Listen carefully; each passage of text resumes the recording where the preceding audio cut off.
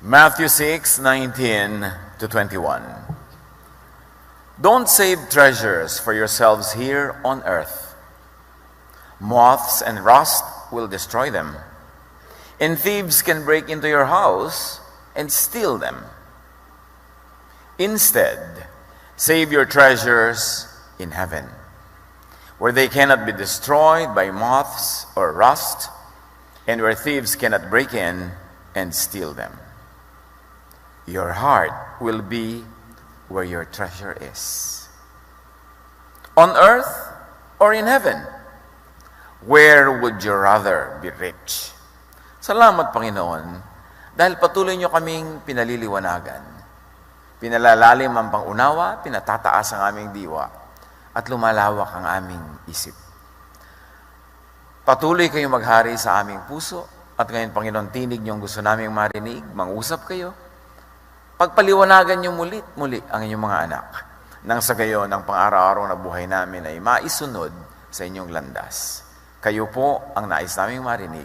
Be our speaker, our teacher, our healer and guide. In the name of your Son, Jesus, we pray with thanksgiving. On earth or in heaven, saan ka ba daw dapat unang maging mayaman? Sa langit o sa lupa? Worldly wealth is a lot of disillusion. It is a lot of illusion even. Ano bang ibig sabihin ng worldly wealth? Masama ba na magkaroon ng magandang kotse, magandang bahay, masarap na pagkain? Matthew 6:19. Jesus says, "Do not store up for yourselves treasures on earth, where moths and vermin destroy, and where thieves break in and steal." So apparently, sa biglang tingin, ang pinag-uusapan dito ay material wealth, physical wealth. Pero maraming readings, maraming layers of meaning, lalo't pag si Jesus ang nagsasalita. Maraming paraan ng pagbasa at pag-interpret at pag-apply. At yan ang ating hihilingin sa Panginoon ngayon, palalimin pa ang pag-unawa natin sa ibig sabihin ng worldly wealth. Masama bang maginhawa? Masama bang mariwasa? Itanong natin sa Ama. James 4:1-2. Saan ang gagaling ang inyong mga alitan at pag-aaway? Hindi ba't nagmumula yan sa mga pagnanasang naglalaban-laban sa inyong kalooban? Mayroon kayong ninanasa, kaya pumapatay kayo. Mapa sa inyo lamang yon. Kaya kayo'y nagkakagalit at naglalaban-laban.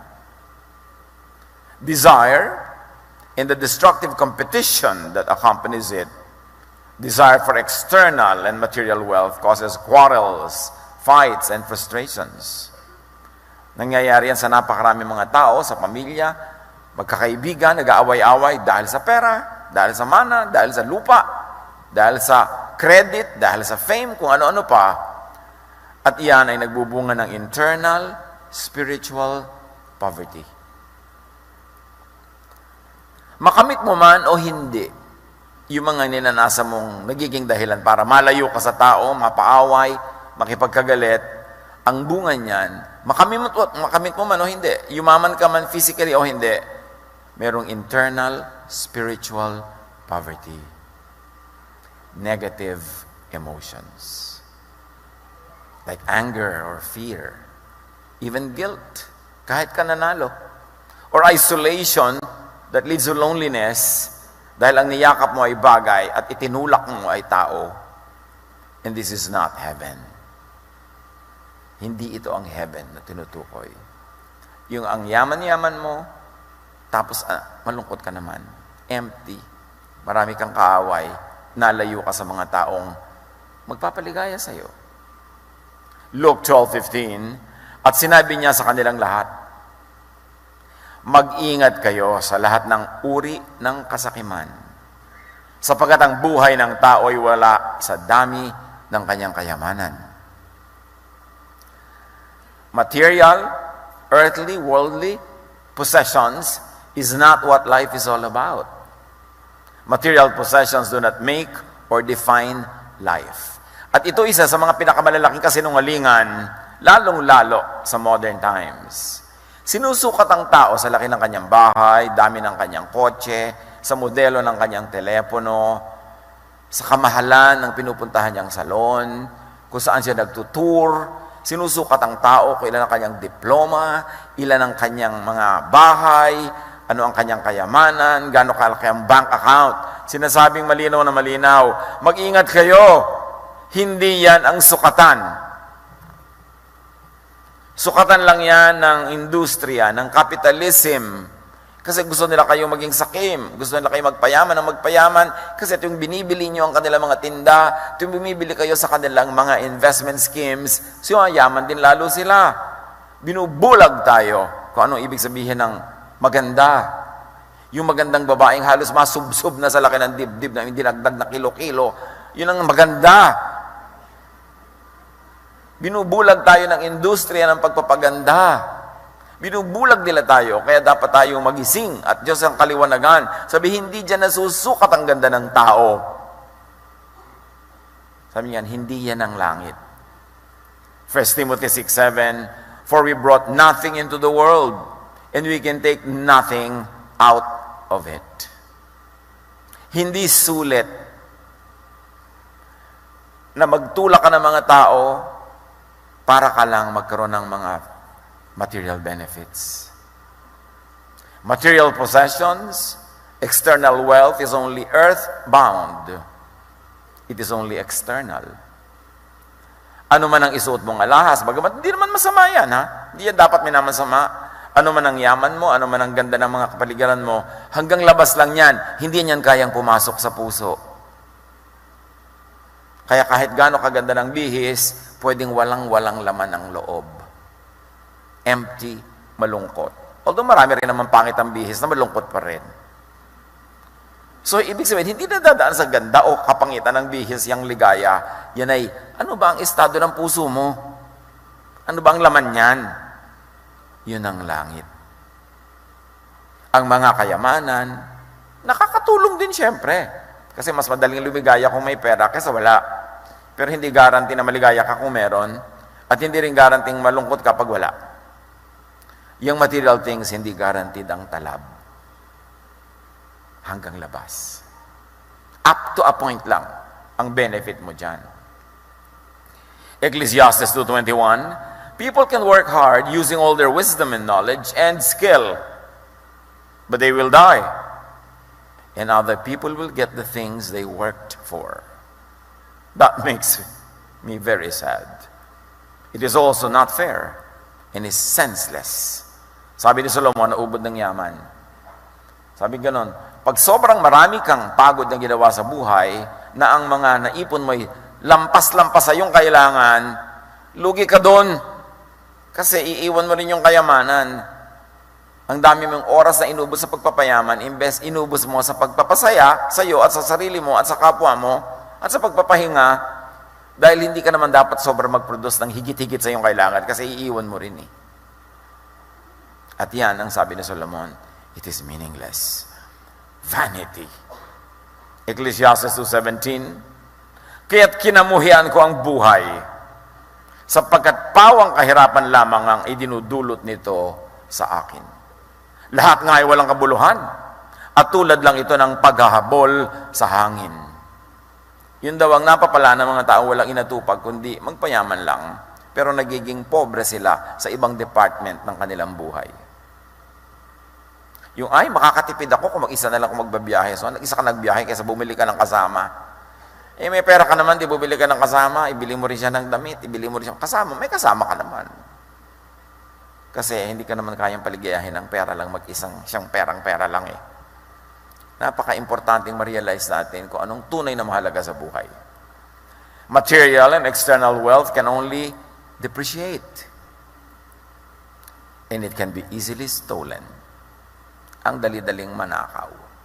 Pag ang kayamanan mo nasa labas. Pag ang alahas mo nakasabit lang sa tenga, kaya daling mapitas ng iba. Pero pag ang kayamanan mo nasa iyong puso, na mapagmahal, maibigin, sinong pwedeng numakaw nun? Yan napakahalaga na maunawa ko anong sinasabi ni Jesus, kung ano ang treasure in heaven at ano ang treasure on earth. Matthew 16:26, Sapagkat ano ba ang mapapala ng isang tao, makamtan man niya ang buong daigdig. Ngunit mapapahamak naman ang kanyang sarili, o ang kanyang kaluluwa, o ang kanyang espiritu. So ang tanong, is it the world or the self? Is it the outside or the inside? Anong papahalagahan ko, yung mga bagay na panglabas o yung bagay na pangloob na nadarama ko sa aking puso? May guilt ako na inaagawan ko ang kapatid ko ng mana, pero aagawin ko pa rin. O paliligayahin ba ako ng mana na yon habang inuusig ako ng aking budhi? Anong tunay na kayamanan? Nasa loob o nasa labas? Material, external things are not worth the worry and the bother. And they are not worth the bayad that you have to pay just to get them. Turo sa atin yan ni Solomon, pinakamatalinong taong naglakad sa balat ng lupa. At may karapatan siyang sabihin walang kwenta yan kasi nagkaroon na siya eh. Ngayon, kung wala ka pa, sinasabi mo walang kwenta, baka sour grapes. Pero siya, alam niya sinasabi niya. So niya, papunta pa lang kayo, pauwi na ako, pabalik-balik na ako, huwag na kayo magpagod. It's not worth it. Psalm 49:20, people who have wealth but lack understanding are like the beasts that perish. Material wealth without counterpart, internal wealth, wisdom, character, does not make a person. Ang kayamanan, ang ari-arian, hindi yun ang nagdo-drawing ng tunay mong pagkatao, kundi ang iyong damdamin, ang iyong puso. So ang napakayaman na walang kalooban, walang mabuting kalooban, ay para lang isang mabangis na hayop na lalong bumangis kasi may kakayahan, may pera para gawin ng asal, para gawin ng gusto. Yang pera sa kamay ng isang hindi marunong ay nagiging napaka-lethal weapon of mass destruction. Kasi gagamitin lang sa kasamaan. Mark 4:18-19, may mga taong nakikinig ng salita ng Diyos, ngunit dahil sa pagkasilaw sa salapi, o kaya pagkahumaling sa ibang mga bagay, ang salita ay nawawala ng puwang sa kanyang puso, kaya't hindi ito nakapamumunga. And if I may add, hindi ito nakapamumunga ng heaven at ng heavenly feeling. Ang bunga dapat ng salita ng Diyos, correctly read, interpreted and applied, is heaven. Heaven there and heaven here. Heaven in your feeling, heaven in your emotion, yun ang bunga. Pero sabi, dahil sa kabulagan ng iba, sa paghabol sa mga ibang nilang material na bagay, napababayaan nila ang pag-unawa, pag-aaral at pagsunod sa salita ng Diyos, kaya hindi ito nagbubunga ng dapat ay ibinubunga sana sa kanilang buhay. At ano ang bunga na yon? Heaven on earth. Interest in external wealth could sacrifice enjoyment of internal wealth, of spirituality. Hindi laging magkakontra ang materialism at spirituality, pero madalas. Pag na-harmonize mo yan sa iyong buhay, you are a very wise and blessed person. Pagka napagsama mo yung very productive ka materially, pero internally, spiritually, ang ganda din. Napakabuti mo pa rin tao, napakabait mo pa rin, yan ang heaven. Now, what about heavenly wealth na kanina pa natin dinadaplis-daplisan? Matthew 6:19-20, do not store up for yourselves treasures on earth, where moths and vermin destroy and where thieves break in and steal. And the 99% of all readings of earth is mundo, lupa, buhay dito sa lupa, material things. It's very correct, but it's not the only meaning intended by the Lord. Sabi niya, but store up for yourselves treasures in heaven, where moths and vermin do not destroy, and where thieves do not break in and steal. Heaven, 99% of the time, yung tinutukoy natin, pag namatay ka na at ligtas ka, pupunta ka doon, may mga ulap, may nagliliparang anghel. Yes, magandang reading, but not the only reading. Because here, earth and heaven can have many other meanings. At ganyan ang ganda pag nakikinig ka kay Jesus. Parang kakanina sapin-sapin, parang halo-halo, ang daming layers. 1 Samuel 16:7, the Lord does not look at things man looks at. Man looks at the outward appearance, but the Lord looks at the heart. Again, naglalaro yung dichotomy ng outside, inside. Yung outward at inward. At dito natin sususugin ang malalim na kahulugan ng hell at heaven. Inside, outside. Labas, loob. Napakagandang unawain ang kahulugan ng labas at loob. Kaya pati ang Florante at Laura, ang first opening line si Balagtas, sa loob at labas ng bayan kong sawi. Kasi may kahulugan niyang loob at labas. So atin, may loob. And read that as heaven. May labas. Read that as the world, as the material world. People value what is outward, what is outside the heart. What is worldly and physical, like good looks, like treasure, like status. People value what is on earth and read all of these things at what earth could mean. Not the planet, but that which is outside of your heart, which is in the world outside. But God values what is inward, what is inside the heart, the thoughts, the emotions, the feelings, the heavenly and spiritual, and read this as what could be meant by heaven. Not only up there, but in here. Because God fills heaven and earth. God is everywhere. At nang tinuruan ni Jesus ang kanyang mga disciples to pray, sabi ng mga tao, teach us how to pray. At sabi niya, this is the prayer that you should pray. Meaning, this is the goal that you should work for. This is what you should want. This is what you should accomplish. Our Father, who art in heaven. Sabi niya ganon. Thy kingdom come. Thy will be done on earth as it is in heaven. Hindi yung paakyatin mo kami sa langit. Ang sinasabi ng prayer na itinuro ni Jesus, ibaba niyo po ang langit. Ano yung na-expect mo? May mababang mga ulap. No, ibaba niyo po yung paghahari niyo sa aming puso. At matupad sa buhay namin yung gusto nyo. Your will be done on earth as it is in your heart. Then that should happen in our heart. Bring a slice of heaven into our hearts, rule into our hearts, and let us feel what heaven really means inside our hearts. At sinabi ni Jesus, gusto nyo mangyari yun, huwag kayong sakim. Huwag kayong makasarili. Huwag kayong puro pera. Huwag kayong puro gamit. Huwag kayong puro prestige. Huwag kayong puro yabang. Kasi hindi bababa ang langit sa inyo. Sabi niya, gusto niyong bumaba ang langit sa inyo. Napakahalaga na maunawa niyo kung anong ibig sabihin ng kaharian ng Diyos. Ang paghahari ng Ama. Heaven, while it is the time and place and condition out there in eternity, it is also one's heart, thought, emotion, feelings, here and now. Heaven is also a person's spiritual and emotional state right now. So, pwedeng nasa heaven na kayo ngayon. At pwedeng pagkalagot ang inyong hiningay, pumunta pa kayo doon sa isang pinag-uusapang another heaven. Edi, double benefit. Importanteng maunawa. Lagi kasi iniisip natin yung langit, yung malayo. Nakakalimutan tuloy natin ma-enjoy at makamit yung langit na narito. Kaya sabi ni Jesus sa kanyang mga kausap, Luke 17:21, people will not now say, look, God's kingdom is here. Or there it is. No. God's kingdom is here with you. And the more correct translation is, God's kingdom is inside you.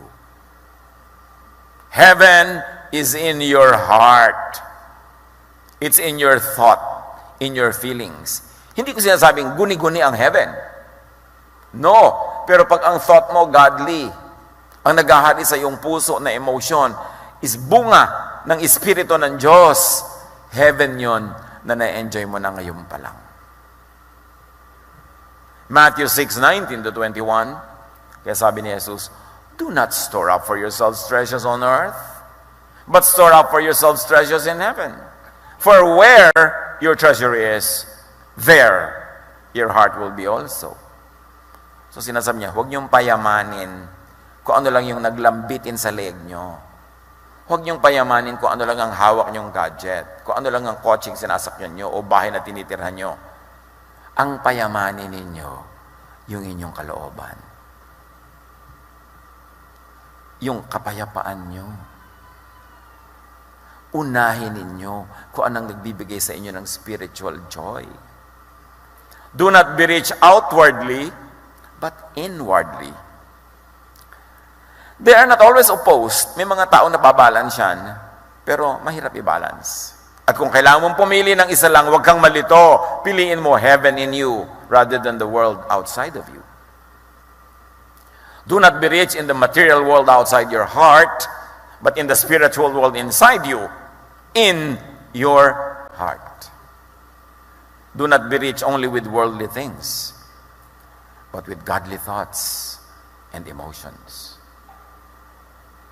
The kingdom of God within is the reign of God and godly feelings in the heart. And to gather treasures in heaven, ang usual interpretation dito, yung gather for yourselves treasures in heaven, is magsakripisyo ka, magtiis ka to earn reward points for later. Yan ang manipulative use ng religion sa teaching na ito. Ihulog mo lahat sa bulslo, i-donate mo lahat, magdusa ka, ibigay mo ang lahat-lahat, and you are gathering for yourselves treasures in heaven. Pang-uto lang yon. Pero pag nagbibigay ka talaga out of love, the treasure and the heaven is in your heart. Because according to studies, and this is proven by many scientific studies, ang taong mapagbigay, basta taos puso, totoo sa loob, meron siyang ligaya na natatamasa na hindi alam ng hindi mapagbigay. Yun ang heaven mo. Na pag mapagbigay ka, totoo. Hindi lang dahil nag-i-invest ka para tumubo, hindi lang dahil lang mapagaling ka para sumikat, taos sa puso, merong gantimpala na ibinibigay ang Diyos. At ito ay napaka-positive emotion known only to real, honest, sincere givers.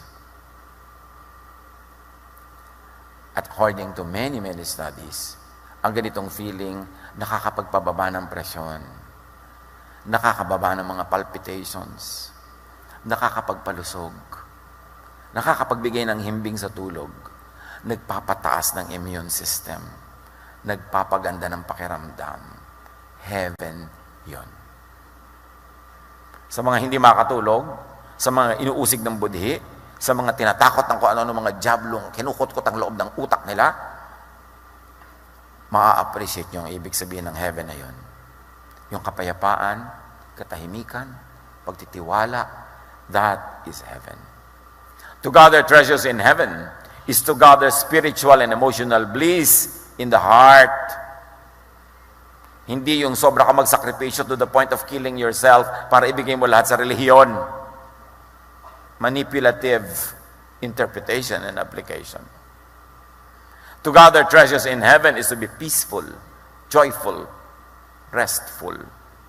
To be loving and kind and good and gentle. To be giving from the heart. Yun talaga nagbibigay ka ng taos-puso. Hindi masama yung magbigay. Ang masama lang, minamanipulate ng iba yung ideya ng pagbibigay para makinabang yung binibigyan, magdusa yung nagbibigay, at inuuto ng mga pangakong points in eternity. Hindi naman gano'n ng Diyos. O para matuwa ako sa in eternity, magpagutom ka sa sarili mo ngayon, ihulog mo sa buslo ang pang-lunch mo. Hindi gano'n ng Diyos. Tiisin mo ang iyong mga ligaya, talikuran mo yung mga pag-ibig, sumunod ka sa akin, tumapa ka sa mga tinik. Mga pang-utoyan ng relihiyon para mag-exploit ng mga workers. God wants you well, God wants you happy, God wants you loved and loving. Hindi ka nang gusto ng Diyos sa sobrang magsakripisyo. Kaya nga si Jesus na ang umako ng lahat ng sakripisyo. Bagamat, ang tunay na pagmamahal sa kapwa, paglilingkod sa Diyos, kung minsan ay may kakambal ding sakripisyo talaga. Pero dahil kakambal lang yun, kaya mo ginagawa, hindi mo sinasadyang magsakripisyo, maghagawit sa sarili, lumuhod sa pako, para magka-points. Nagkaiba yun. Although, sa biglang tingin, parang pareho lang. Laging ano ang intensyon ng iyong puso. Studies show that givers go to heaven. And that heaven is the emotional dividend, the emotional fruit of heartfelt giving. Kaya si Jesus, di ba, lagi siya nagtuturo to give, not to exploit people. Kasi alam niya that it is in giving that people will have access to that treasure in heaven, will have that path to that heavenly feeling that God had intended for givers to enjoy. Matthew 25, 34 to 36. Kitang-kita dito yun eh. Nung sinabi ni Jesus kung paano gagantimpalaan ng mga tao, then the king will say to those on his right, "Come, you who are blessed by my Father. Take your inheritance." So, ibig sabihin, nakahanda na talaga yon. The kingdom prepared for you since the creation of the world. What many people call heaven. Sabi ni Jesus, take the kingdom prepared for you since the creation of the world. For I was hungry and you gave me something to eat. I was thirsty and you gave me something to drink. I was a stranger and you invited me in. You gave me a home. I needed clothes and you gave me clothes. You clothed me. I was sick and you gave me care. You looked after me. I was in prison and you gave me a visit. You gave me a refreshment and you gave me freedom of my heart. You came to visit me. Sabi niya, inherit the kingdom of the world, God, that was prepared for you since the foundation of the world. In other words, it had always been there. It is not only for the future time, it had been there since the beginning, it is there now, and it will be there tomorrow. And how does one inherit that kingdom? By giving. By giving from the heart. By giving out of love. Not by trying to earn some points. Not for waiting for a future reward, because giving by itself, when it comes from the heart, is already the reward. Hindi na kailangang hintayin pa, because it has always been there since the foundation of the world. It is not something futuristic. It is eternal, meaning noon pa, ngayon, at bukas. So, have frequent trips to heaven. Have frequent trips to that kingdom, that paradise, within you. Maglabas-masok ka sa langit na nasa iyong puso. Sa paggawa ng tama, sa paggawa ng mabuti, sa kabaitan, pumapasok-pasok ka dyan. Stairway to heaven. Yung mga talinghaga sa Biblia. Do good. Why? Because you were created to do good. Ephesians 2:10, for we are God's handiwork, created in Christ Jesus to do good works, which God prepared in advance for us to do. Parang yung heaven niya, yung kingdom niya, nandun na, prepared in advance. So, ang mga tao man ay pinaghandaan, bawat isa ng mga gagawin niya mga kabutihan. At binigyan siya ng Diyos ng mga kakayahan, mga talento, mga kayamanan, mga kung ano-ano, para magawa niya yung assignment niyang gawin. At pag ginagawa niya yon, sabi ni Jesus, come, enjoy the kingdom that was prepared for you since the foundation of time. It is the eternal heaven that we are always studying, people are always teaching about, and it also that now, right now, heaven in your heart. Dalawa. Kasi timeless ang Diyos, hindi lang future, present din, past din. We were created to do good. Pag kami taong, ba't po ako malungkot? Ba't parang wala akong sense of meaning? Bakit ako parang ligaw? Baka hindi mo ginagawa yung assignment mo. Baka outside of God's design. Because you were designed for something. Dapat alamin mo kung ano yan at lumagay ka sa lugar. Do it. At siguradong you will have this slice of heaven. Galatians 5:22-23. The fruit of the Spirit, meaning the evidence of being in the kingdom, The evidence of being in Jesus, a follower of Jesus. But the fruit of the Spirit is love, joy, peace, forbearance, patience, kindness, goodness, faithfulness, gentleness, and self-control. Against such things there is no law, meaning this is true freedom, this is true salvation, when these fruits are in your life. And these fruits happen when you are Spirit-filled. You get Spirit-filled when you function according to design, when you do God's will in your life.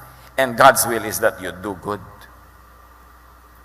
Kaya ang gumagawa ng masama, hindi na kailangang ikulong para magdusa. Hindi na kailangang parusahan, mabisto para magdusa. Sa paggawa mo pa lang noon, nagdurusa ka na. Sa pagbubuhat mo ng kamay sa iyong kapwa, una mong sinasampa lang yung sarili. Sa pagkakait mo ng kabutihan sa kapwa na kaya mong ibigay, ang una mong pinagkakaitan na yung sarili, sapagkat ikaw ang magbubuhat ng bigat na yan. Ikaw ang aanin ng bunga niyan, at ang iyong puso sa halip na maging kaharian ng Diyos ay magiging munting impyerno na ang nakatira ay takot, guilt, loneliness, sadness, disillusion. Ang unahin mga kapatid, yung ligaya ng puso na nakaayon sa kalooban ng Diyos, revealed through and in Jesus. Yun ang tunay na spirituality. Hindi ko mo religyoso, spiritual. At hindi ko mo spiritual, religyoso. Pero yung religyoso ka na, spiritual ka pa, wow. Napakaganda nun. Huwag malibang. Lagi niyong sukatin ang inyong puso. Meron ba akong love, patience, forbearance, kindness, yung mga bunga ng spirito? Kasi pag wala, may mali. Dapat ituwid. Dapat itama. Colossians 3:19-21. Mga lalaki, mahalin ninyo ang inyong asawa. Ano po ang kahulugan niya sa langit? Malaki. At huwag kayong maging malupit sa kanila.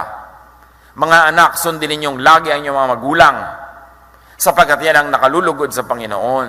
Mga magulang, huwag ninyong pagpagalitan ng labis sa inyong mga anak at baka masiraan sila ng loob. Ano to?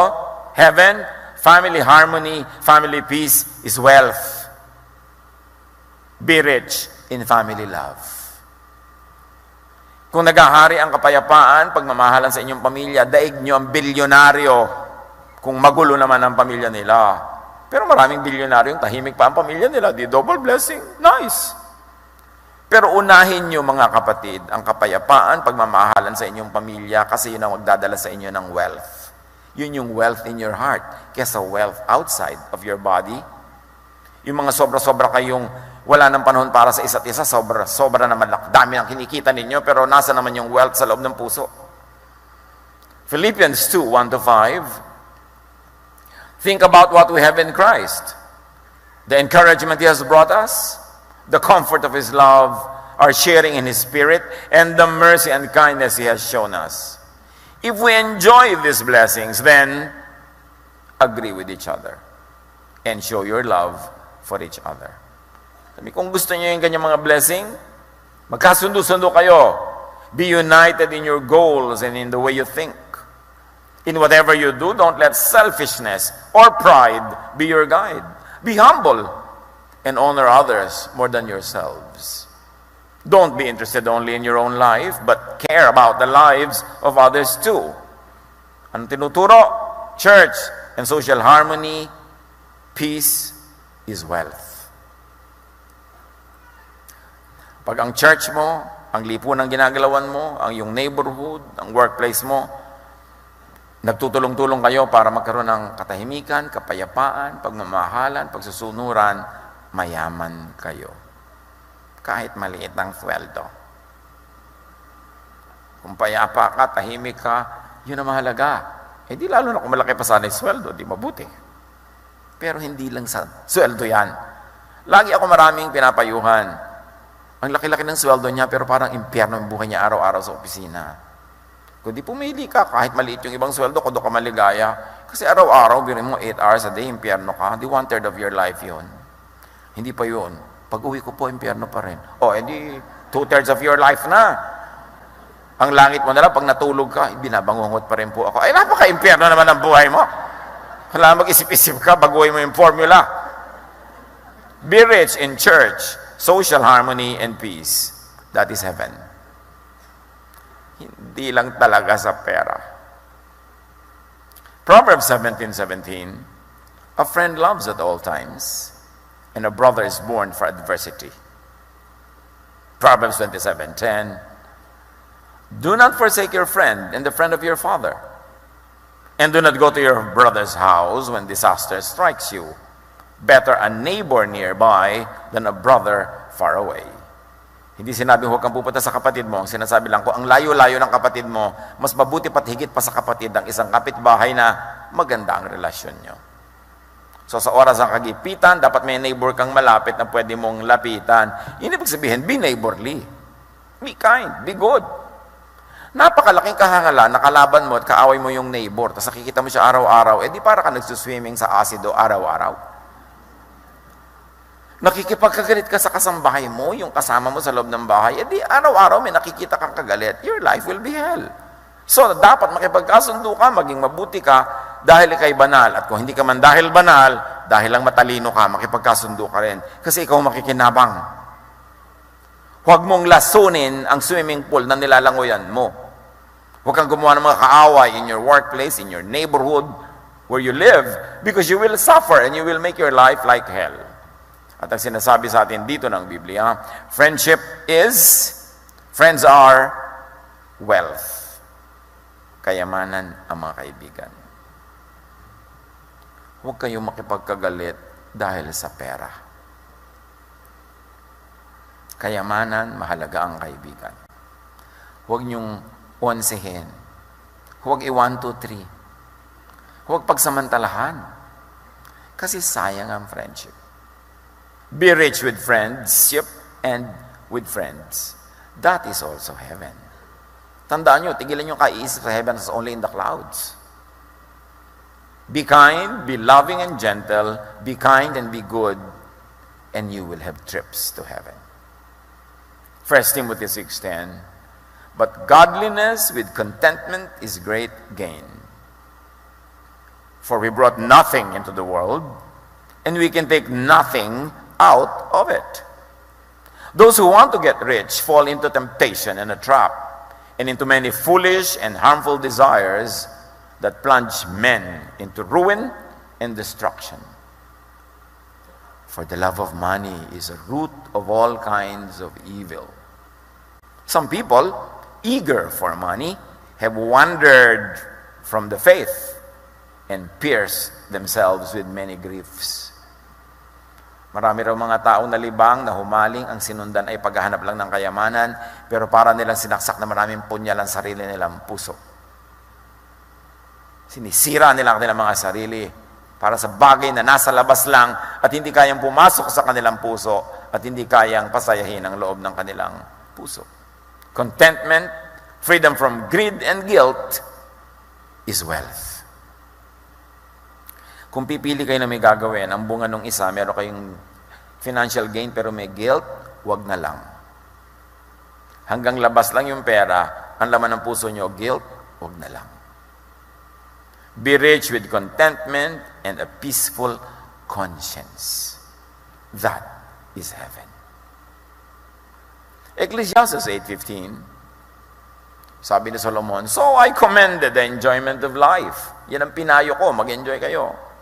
Because nothing is better for a man under the sun than to eat and drink and be glad. Then joy will accompany him in his work all the days of his life. God has given him under the sun. So ganon, simple enjoyment is well.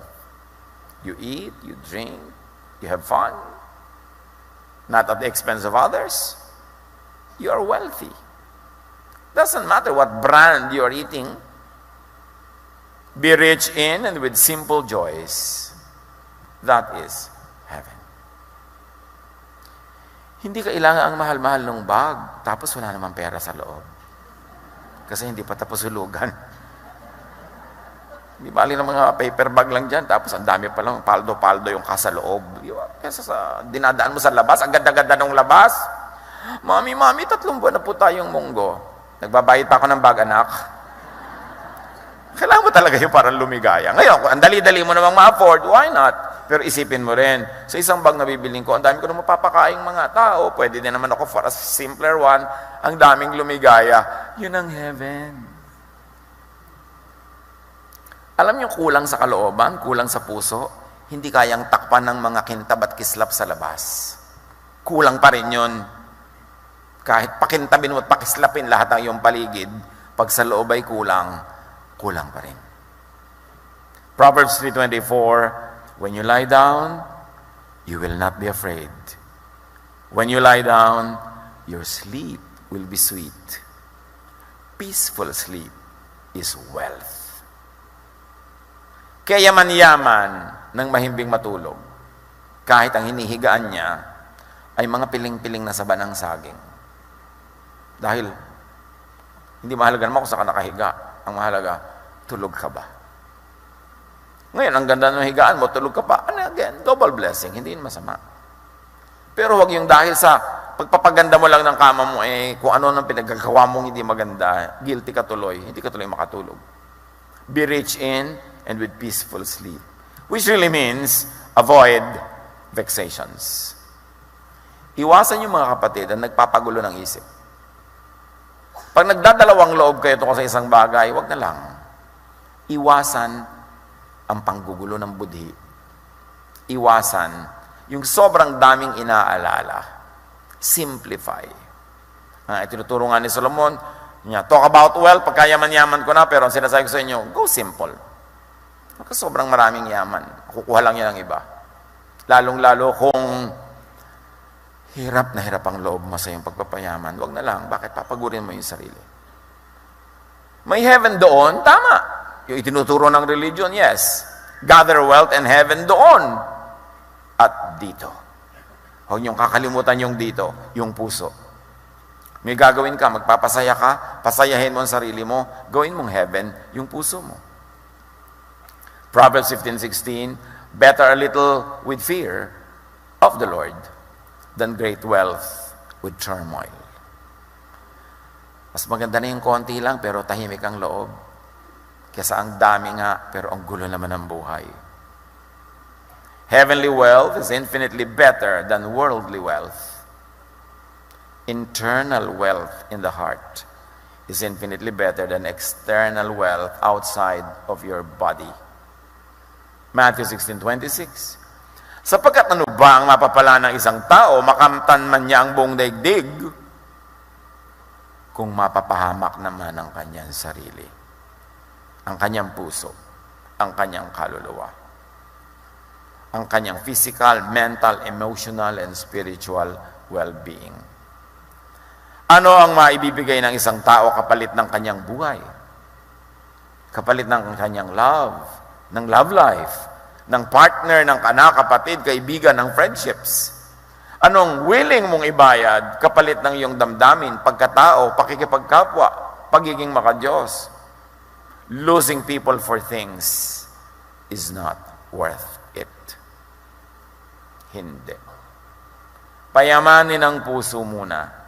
Payamanin ang espiritu. Gumawa ng mabuti.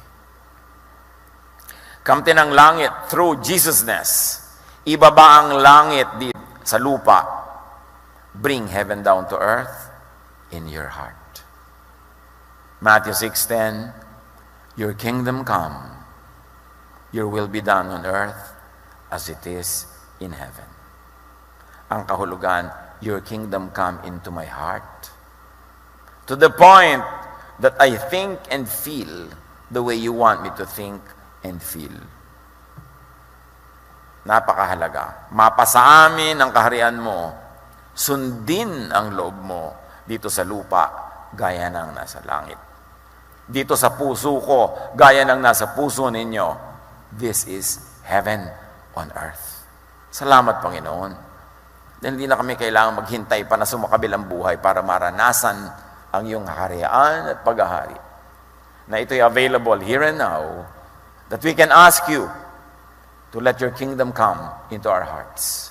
Ituro mo sa amin ang pampagulo, ang pampalabo ng aming isip, at maging malinaw ang aming pag-iisip.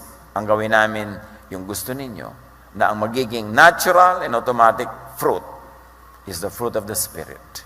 Na kami magiging payapa, tahimik, maibigin, at tumatanggap din ng pag-ibig ng kapwa. This is heaven on earth.